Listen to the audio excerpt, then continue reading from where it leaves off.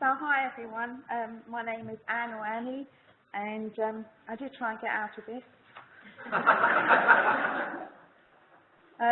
Generally I was kept in the background, and many years ago as a teenager I was a cadet in one of the forces, and I'm also dyspraxic as well as dyslexic, so I was the only cadet that was not allowed to march in the parade because I was good at making tea, so they put me there.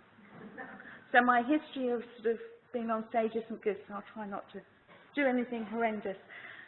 This picture was taken by my daughter, and I just love it. It just really shows for me as above, and you can just see all the elements there in the picture. I don't know whether I'm just being over imaginative, but it was taken in San Jose del Pacifico or Oaxaca in Mexico, not so long ago. So my presentation today is just a sort of brief overview of my astrological journey.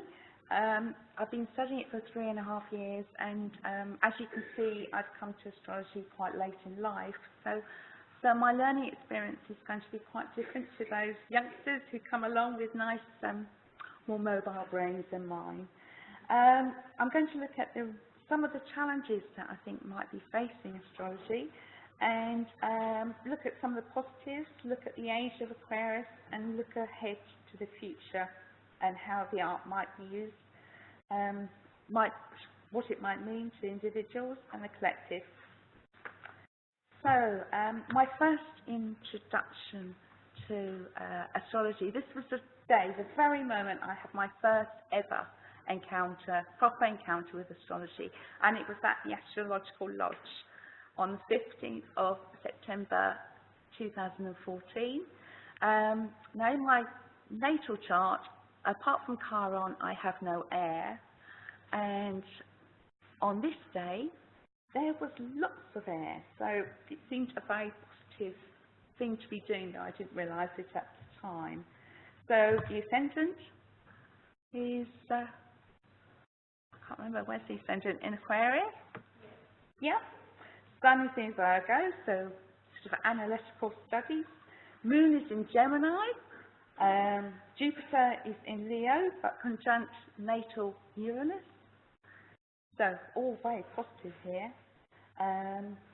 Transiting Moon and Mercury are trine the ascendant. So what I lacked in air, I was going to gain from, hopefully, from studying astrology. So I attended as many classes as I possibly could at the lodge. It was the beginning classes, and I just loved it. What I loved about it was the people there were all ages, from all nations. There was a wonderful warmth about it. I loved the complexity of the subjects that it covered. It was just lovely. It was really wonderful. However, at the end of the year, I tried studying on my own, and it was, I just went round in circles. I just couldn't progress at all. Every time I looked things up, I would then get diverted. So what I needed desperately was some structure. And through the lodge, I heard about the faculty. And so 2 years ago, I came to the open day, and I met Tatiana, and I met Kat, and I enrolled. My journey then sort of advanced. Being dyslexic, it was very chunky to begin with, and here I want to thank Kat for her incredible patience with me. So through sort of redoing various exercises, I eventually managed to get through a bit further. I had a wonderful summer school with Penny and Polly, and I just loved it. I loved the atmosphere at Oxford. The people were so warm and friendly and supportive. it was amazing. Again, the mix of ages and nationalities, wherever you go in astrology, is just what makes it so incredibly special. So, going on. So these are my own perspectives. I just see astrology as the gift that keeps on giving. It just covers absolutely everything that you can possibly, it covers the present, it covers the past, it gives indications for the future, covers every aspect of life. It enables greater understanding of ourselves and others, and it is non-judgmental. I also see it as the basis of all sciences. Without astrology, would our sciences have developed as far as they have? So I'm getting a bit dry. And it is old. It is one of the oldest events that what's happening in the stars is one of the oldest things that we have as human beings ever watched and recorded. So then I kind of went on to the definition of astrology. I'd never looked up the word astrology. Being dyslexic, it wasn't something I was likely to do. But for this presentation, I thought, well, I really need to know what the definition was. So I looked up and I came up with these three from different areas. And they're all incredibly negative connotations. There's nothing there that sort of would inspire the ordinary person on the street. Some of the words, things like primitive, the bottom one, you see, the primitive study of the celestial bodies which form the basis of astronomy. Anything more untrue would be difficult to find. I mean, astrology is so complex. There's nothing primitive about astrology. What are the other ones?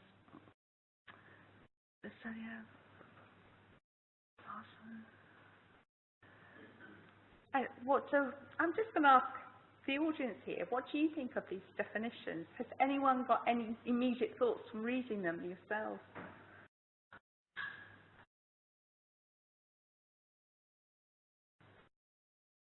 No? Do you think they reflect astrology? They weren't, were they? I'm not very good on English, as I've explained, and I don't really know what an adjective is. So when I got these definitions, I emailed my son, who was studying English linguistics this year. He sent me back a wonderful response. And he was saying, you know, about the negative connotations, because I didn't know the word connotations, so that came in useful. But he also said that exactly what you've said, that they could not have actually spoken to an astrologer to actually come up with these definitions. Hi. Yes. Yeah. No, no.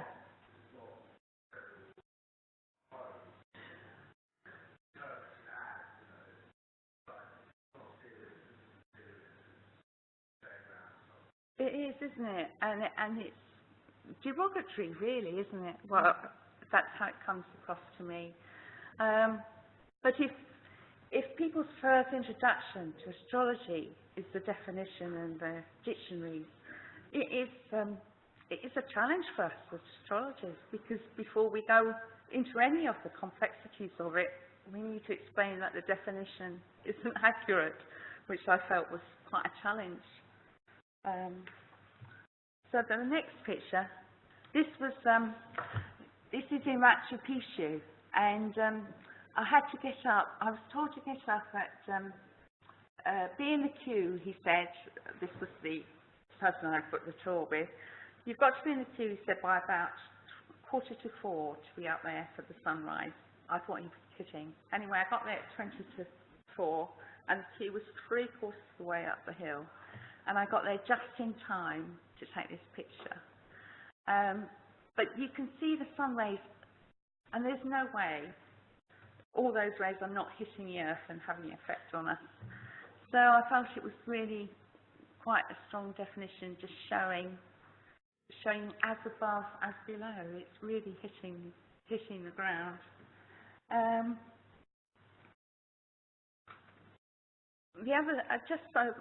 come from kind of a medical caring background, and recently on TV they were talking about the lack of the increase in rickets in the population. I don't know if any of you have heard of it, due to the lack of sunlight.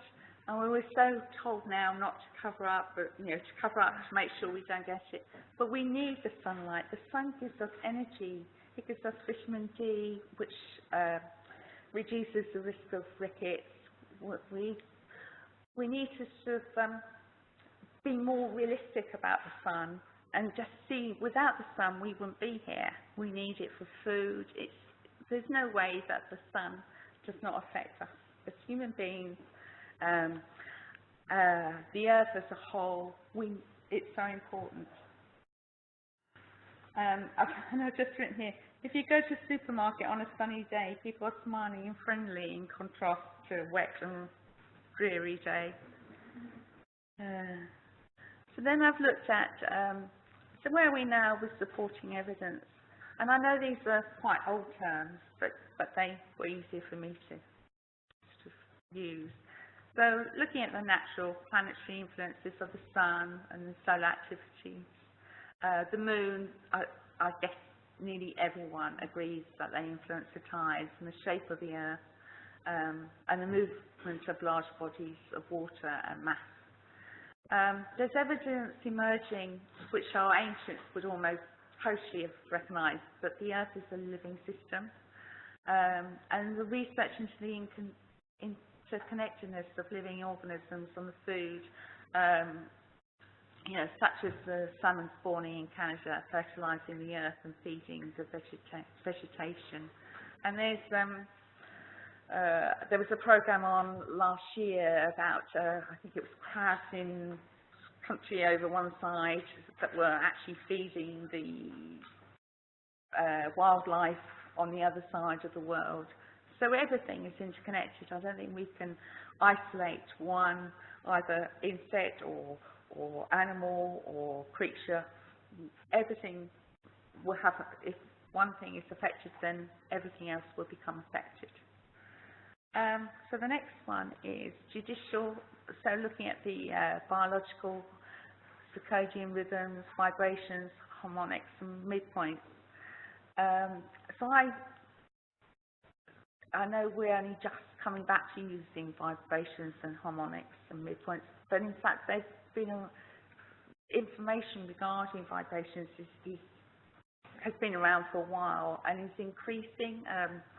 Recent research into planetary noise and vibrations has increased recently. Medical, I've got here transplants and genetic interventions.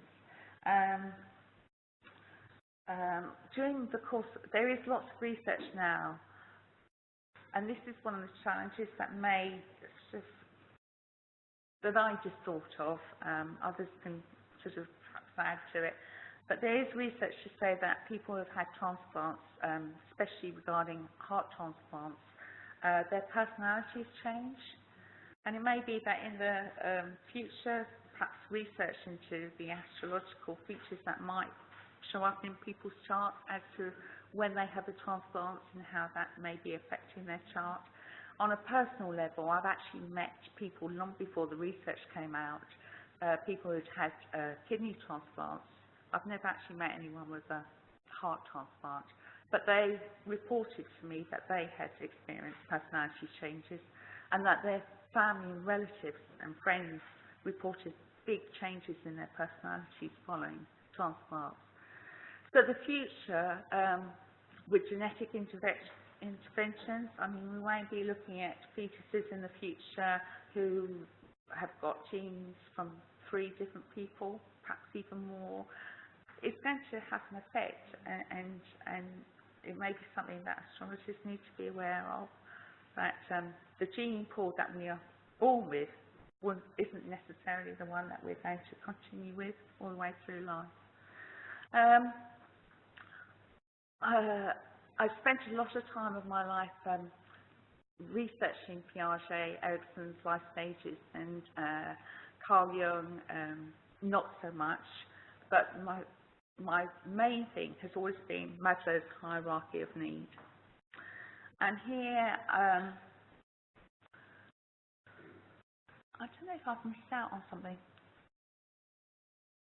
Yeah, this isn't quite the one that I've had. It got altered so often. So it should have, oh yeah, no, it has. That's fine. It's just I'm looking at it differently. So this is Maslow's hierarchy of need.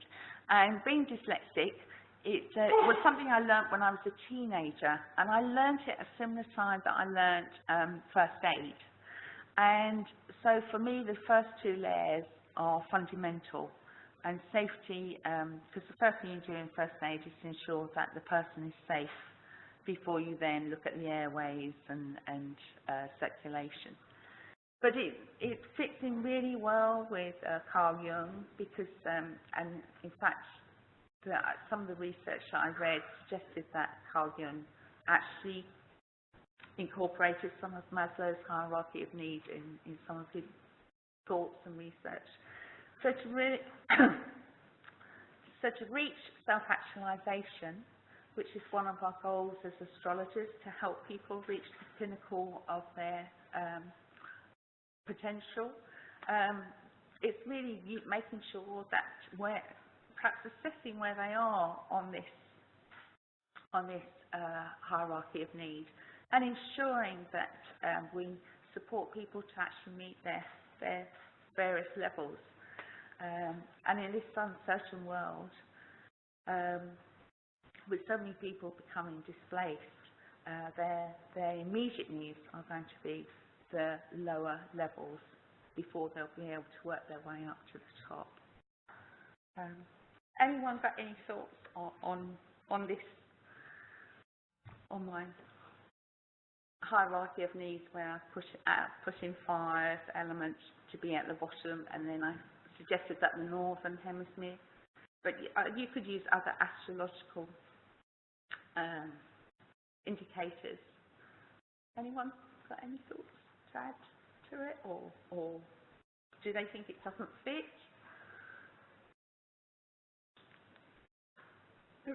Okay.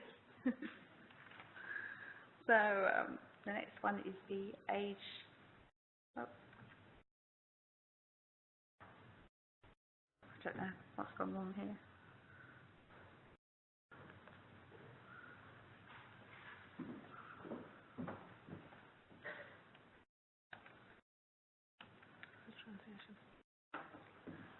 Is it all right? Is that what you want? Oh, yeah. So quick look at the age of Aquarius. So I guess I came to come up with innovation, technology, humanitarian, ideology and equality, freedom, independence, benefit of the community. So these are the positives: change in society, emphasis on ideas and egalitarianism, idealism, enlightenment, and awakening of a higher consciousness. The potential challenges may be rebellions, revolutions, protests, general turbulence, authoritarian ideology, things that benefit the masses but not the individual, technological control, restrictions versus freedoms, and collective versus individuality. So this was taken the day before I went up Machu Picchu, and this was a peaceful protest in Cusco. And it was all the teachers, they were striking, or they were protesting because the teachers are on low pay. And what I loved about it was that everybody had come together. So all the families of the children of all ethnicities had come to this peaceful demonstration to highlight the issue of teachers being poorly paid. It just seemed to reflect the idea that the people are now starting to speak out, and people from different cultures are coming together. And I thought it might be a demonstration of what the age of the Aquarius might bring. So looking to the future, we've got these planets changing signs. Uranus is going to enter Taurus this year, so what might that bring? Changes perhaps to wealth, farming, construction and values. Saturn enters Aquarius in March 2020. So structure and order to new ideologies and groups, potential for restrictions to airwaves. Jupiter enters Aquarius as well, but not until December 2020. Expansion of humanitarian causes and groups, and an increase in original ideas and technology. Emphasis on spirituality and higher consciousness. And then the big one, Pluto enters Aquarius, 23/3/2023. Transformation of groups, ideology and technology. And then in 2025, Neptune enters Aries and Uranus enters Gemini. So we've got the potential for some changes in leadership or dissolving of the leaders that we have, new ideas, birth of new philosophies, and possibly increase in spirituality. So here this is just looking at Uranus's ingresses. So what struck me in this one, so we've got a Libra ascendant for the first ingress. Suggests that perhaps that we're looking at partnerships and balancing, with focus perhaps on communicating and relating and perhaps sharing of resources. And the second ingress, we've got the ascendant in Taurus, and Uranus is in the 12th. So I wonder if that's going to bring a refreshing, new sort of aiming for higher consciousness.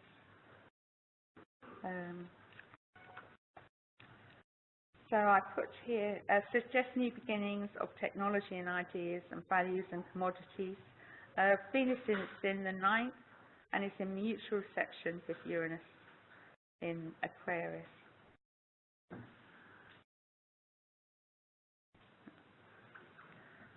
There's a stellium in Pisces in the second one, possibly echoing groups and working together for higher spirituality.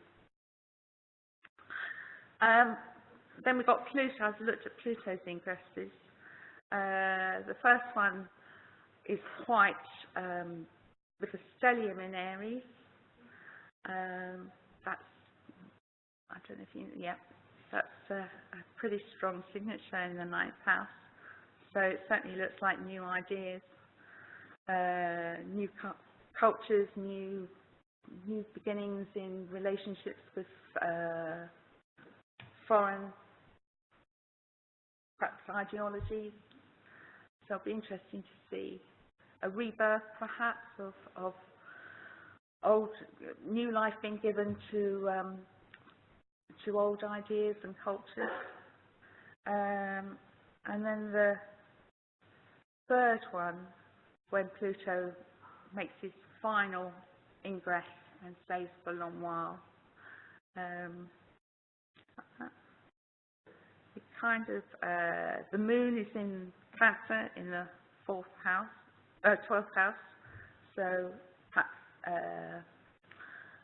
there may be an increase in sensitivity subconsciously.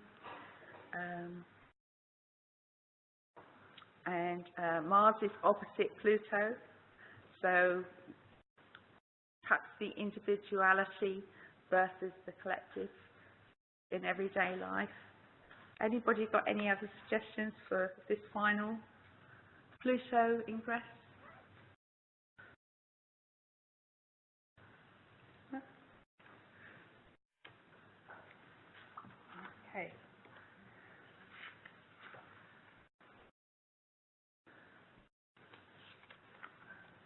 So just to, oh, sorry, I've gone back.